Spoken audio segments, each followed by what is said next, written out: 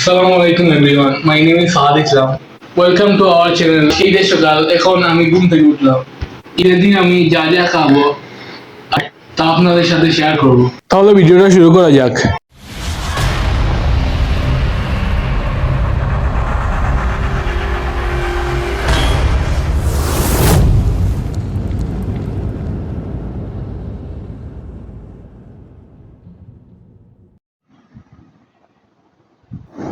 তো আপনারা দেখতে পাচ্ছেন ঈদের সকালে নামাজে যাওয়ার আগে আমি কি খাচ্ছি।